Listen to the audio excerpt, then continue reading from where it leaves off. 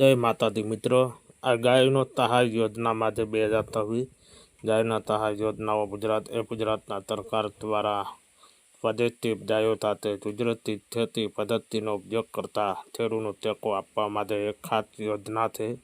આ કાર્યક્રમમાં ઉદ્દેશ્ય ખેતી ખર્ચ ઘટાડવામાં અને ગાયનો છાણ અને મૂત્રનો કુદરતી ખાતર તરીકે ઉપયોગ કરીને પાક ઉત્પાદન વધારવાનો છે.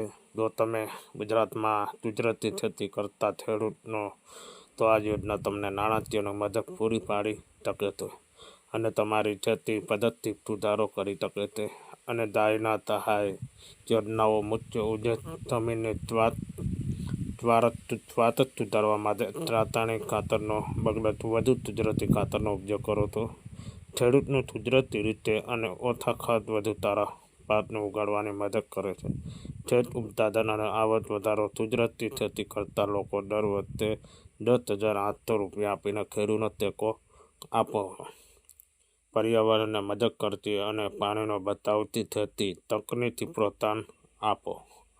ગાયની સહાય યોજના માટે પાત્રતા ધોરણો ગુજરાતી કાયમી રહેવાથી હોવું જોઈએ. 57 વર્ષ ટેકવાળી દેશી ગાય હોવી જોઈએ. જમીનની માલકી દસ્તાવેજ હોવા જોઈએ. બધી જાતિનો ખેડૂત માટે ખુલ્લું છે. નિર્ણય માર્ગદર્શન મુજબ કુદરતી ખેતી શીખવી હોવી જોઈએ. ઓર્ગેનિક ખેતી પદ્ધતિ ઉપયોગ કરતાઓ ખેડૂત પાત્ર છે. ગાયના સહાય યોજના માટે જરૂર દસ્તાવેજ આધાર કાર્ડ, નકલ જમીન રેકોર્ડ, બેંકની પાસબુક અથવા રદ કરાયેલા ચેક, ગાયની ઓળખ ચેક નંબર. જો જમીન સંયુક્તની માલિક હોય તો સંમતિ ફોર્મને ગાય સહાય યોજના માટે અરજી પ્રક્રિયા સત્તાવાર વેબસાઇટ મુલાકાત લો. ખેડૂત Gujarat government income home page પર વિભાગ પર ક્લિક કરો. યોજનાઓ યાદીમાંથી ગાય સહાય યોજના પસંદ કરો. જો તમે નવા વપરાશકર્તા એકાઉન્ટ બનાવવા માટે નોંધણી કરો બટન ક્લિક કરો. બધી જરૂરી વિગતો યોગ્ય રીતે ભરો. નોંધણીનું ફોર્મ સબમિટ કરો. નોંધણી કર્યા પછી તમારા એકાઉન્ટ લોગ ઇન કરો. ગાયના સહાય યોજના માટે અરજી કરો ક્લિક કરો. તમારા વ્યક્તિગત બેંક રેશન કાર્ડ અને જમીનનો વિગતો સાથે અરજી ફોર્મ ભરો. સૂચનાઓ અનુસાર બધા જરૂરી દસ્તાવેજ અપલોડ કરો. કેપ્ચા કોડ દાખલ કરો.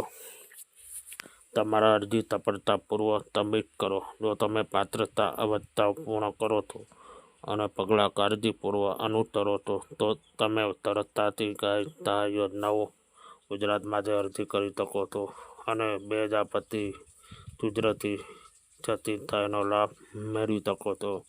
તો હવે આ કાર્ય પૂરો થઈ ગયો છે. હવે તમને ન સમજે તો વાંચી લેજો. જય હિન્દ, જય જવાન, ભારત માતાજી.